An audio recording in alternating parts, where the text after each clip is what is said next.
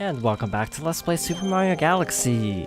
Last time we started, or actually continued, through the Beach Bowl Galaxy, and this time we're taking on the Prankster Comet for this particular level. Now, this Prankster Comet happens to be one of my least favorite Prankster Comets in the main game. Now, post-game, that's a totally different story, but pre-post-game, which is just the game, I guess, this one kind of is a headache, a little bit.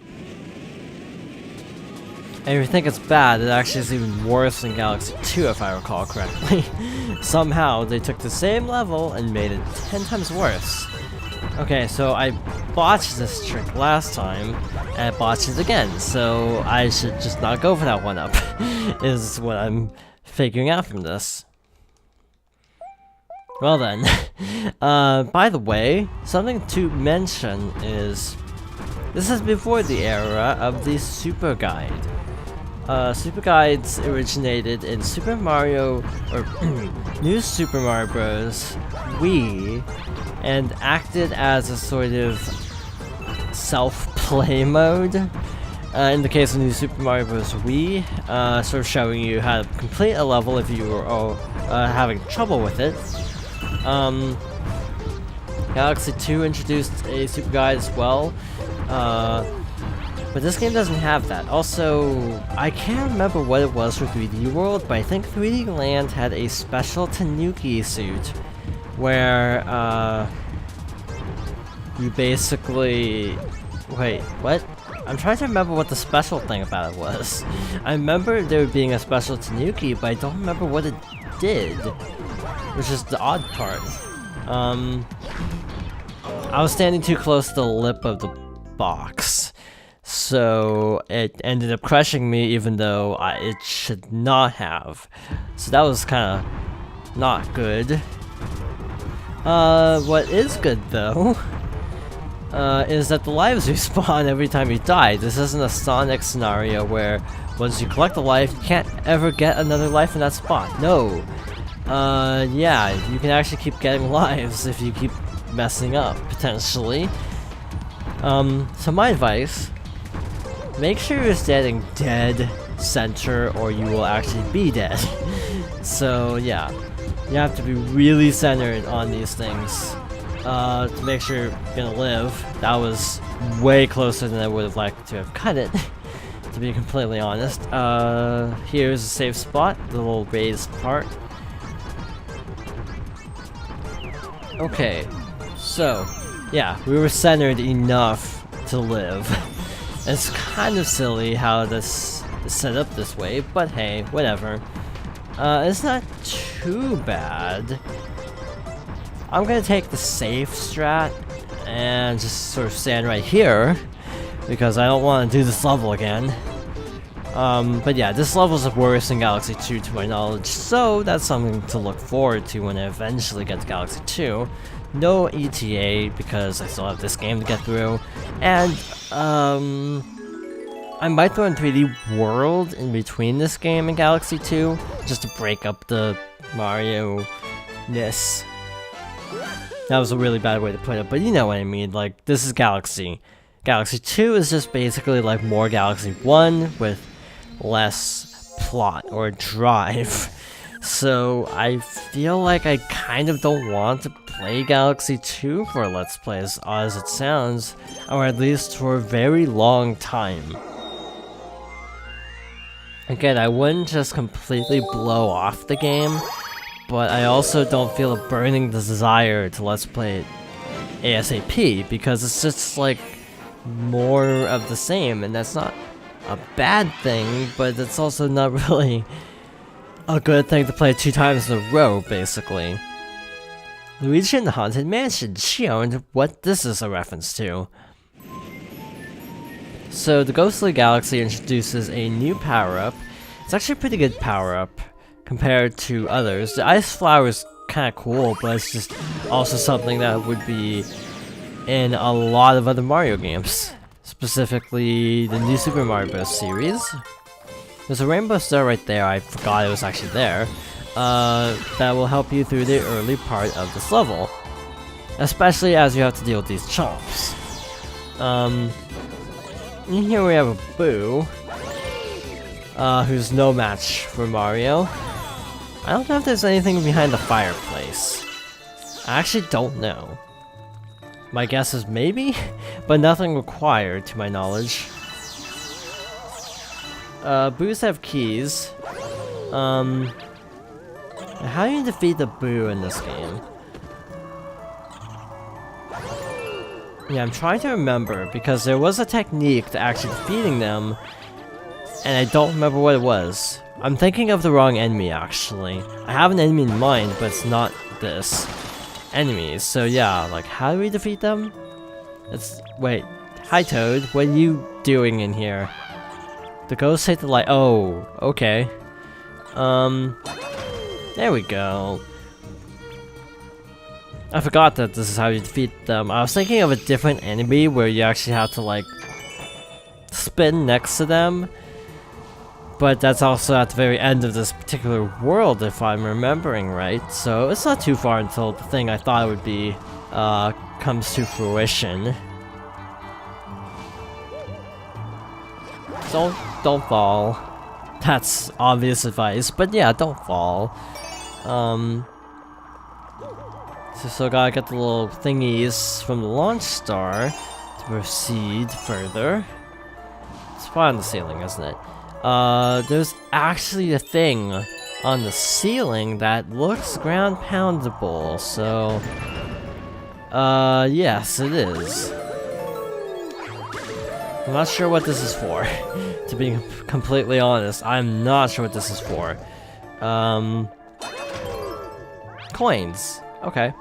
I mean, I can take all the coins, but also I'm not sure the purpose of that. So we're just gonna fall down. Was it up here? Also, the black hole goes away, just in case you were wondering. So, soaring around to the other side of the mountain, not mountain, mansion, we can go up here and meet Luigi, who makes his 3D Mario debut. He has actually never been in a 3D Mario and up until this point. He was not in Sunshine. He was not in 64, as much as people wanted him to be. So yeah, that's actually really cool that he finally makes his inaugural appearance. He would later appear in Galaxy 2 in a major role, actually, and then he'd later appear in 3D World and 3D Land as a playable character. Now we're Boo Mario. We can't touch the light. How I clip past it, I have no clue. But if we shake the Wii remote, we can turn invisible, passing through certain objects. The only problem is, how do we stop being Ghost Mario? And that's obviously touching the light. Holding Z makes you fall faster. I'm actually wondering what happens if you keep bouncing. You don't gain height, it feels like, so you have to actually ground pound it. Bro, you finally came! I got lost with the toads, it was terrible, but I found a power star, so that makes up for it, right?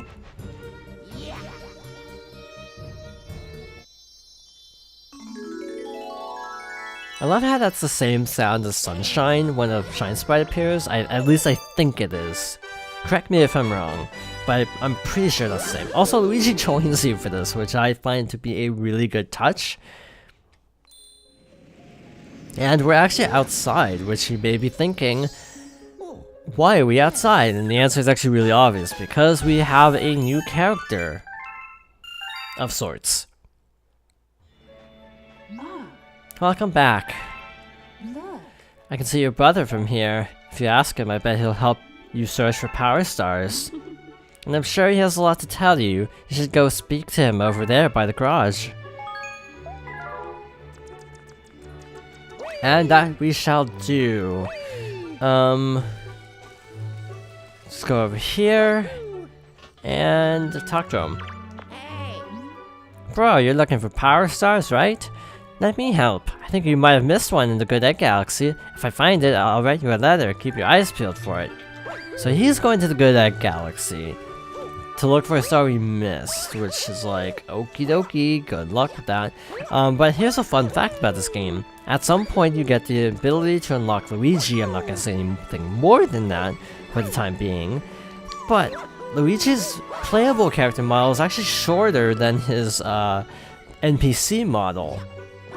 Why they did that, I have no clue. If you ask me, it's probably just because they wanted a model closer to Mario. But then if he wasn't like super tall, then he wouldn't be Luigi, so like his playable model is actually slightly different. How people found this out is really stupid. And it's actually completely legal and in the game. How people found this out was if you basically you have to replay the game again as Luigi to get the best outcome. There are two Luigis. Yes, there are actually two Luigis. In Luigi's version, you have like the NPC Luigi, but you're also playing Luigi, and they don't really rectify this with any sort of scientific explanation. But yes, this is how people figure out, wow, Luigi non-player is a lot taller. I almost said it backwards, and that the playable Luigi is actually a lot shorter. It's really silly. I don't know why they did that, but other than maybe technical issues, but yeah, probably hitbox related. Like maybe like Luigi couldn't fit through certain sections of levels because of the bigger hitbox. I'm not sure. Also, this level as Luigi is completely awful. Because every time you do the spin, it actually wastes air. So yes, this particular level happens to be a lot easier with Mario. So there's an eel outbreak. I feel like a pun could be made, but I will hold off from that for now. Red shells are your best bet because they home in on targets. Assuming they home in to the right target, which hopefully will be the case. Where is the eel? Oh, so Mario games love eels. It feels like. Where is this dang eel? You can also dive out of water like that. I think I saw it. Yeah, there it is. That actually really helped. Yeah, red shells home in, so they're your best bet to actually getting something accomplished. And by the sunken ship is the star. Now, eels and stars, I think this is supposed to be a sort of very subtle nod to Super Mario 64, where you have to get the eel out of the ship and then get the star in the ship. Now, maybe I'm reading too much into it, but yeah, that's how I kind of interpreted this.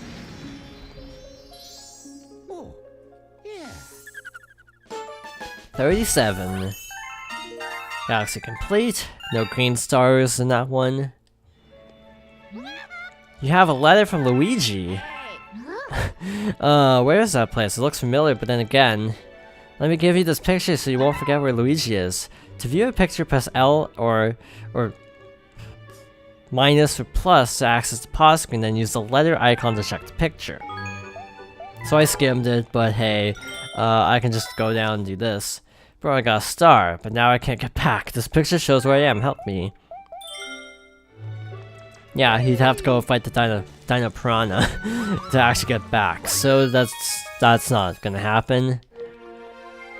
So yeah, so you have to go rescue Luigi in the Good Egg Galaxy. Meaning, there's still one more star in the Good Egg Galaxy, actually, which is unlocked post-game. But this is the last one we can get for now. Which is rather nice, actually, that we're finally kind of wrapping up some of these early levels. Yep, he's just on the roof. This is like the shortest star in the game, if you know what you're doing. You came to save me again. I knew I could count on you, bro. What? The power star? Yeah, I got it right here. Yeah, if you know you can triple jump up there, it's really easy. Otherwise, you have to go around to the other side of the planet, use the orange pipe. So yeah, definitely don't do it the conventional way. Definitely go, like, just triple jump. It's so much simpler. So yeah, apparently Luigi prompts are completely scripted in that they actually just flat out show you you getting the letter when you get the letter. Also, we don't have access to the letter anymore. Let's see how Luigi's doing. Finding power stars is harder work than I thought, but if I don't give it my all, the universe will fall into Bowser's claws. I guess that's one way to put it. Honestly, I do find this game's structure fascinating from the standpoint of definitely not being traditional. Even though this is considered the last air quotes traditional 3D Mario, it still feels very non-traditional, which is kind of odd and backwards to say, but it's actually how I feel. Sunshine and Galaxy tended to have like 6 or 7 stars per world, and sort of a set alignment. This game just kind of throws out the window in favor of just, oh, like, you could just get a couple stars in this world and just hop to a new world, and then occasionally later just show up to this world later and bam, you got another star. It's kind of not as... yeah, it's just very different. Again, I don't mean that as a diss, I mean that as in that it's just very different than 64 and Sunshine, even though people kind of lump all of them together. I would not actually lump them together because they are actually very distinct, despite, you know, being 3D Marios of similar style in some ways. Also, you can do like a backflip in this form. Now, again, just to clarify, this is not actually my favorite Mario game. This is what I consider the best Mario game, pre-Odyssey. Again, just to clarify, this is being recorded before Odyssey. So, yes, any comments I make are subject to change when that game comes out. Hehehe, so you're after it too. Well, you have to race me for it. Aw, real talk, I do find that animation cute of it putting on his goggles. Not that ghosts are particularly cute per se, but just the animation is really cute. Of it just looking so like ready for adventure to steal a later game's slogan. This is a little bit problematic sometimes. On the whole, this one isn't as bad as a later race, I think. I think there's a later race. Just kind of be cognizant of where you're trying to head to. Also, a la DKC2, which I've also let's played, shameless promotion, you can also find little shortcuts hidden around. Though this is no Screech's Sprint, I'm just gonna put it like that. This is a piece of cake compared to Screech's Sprint. That level's the worst, by the way. That's actually no, Animal Antics is the worst. Next worst, Screech's Sprint.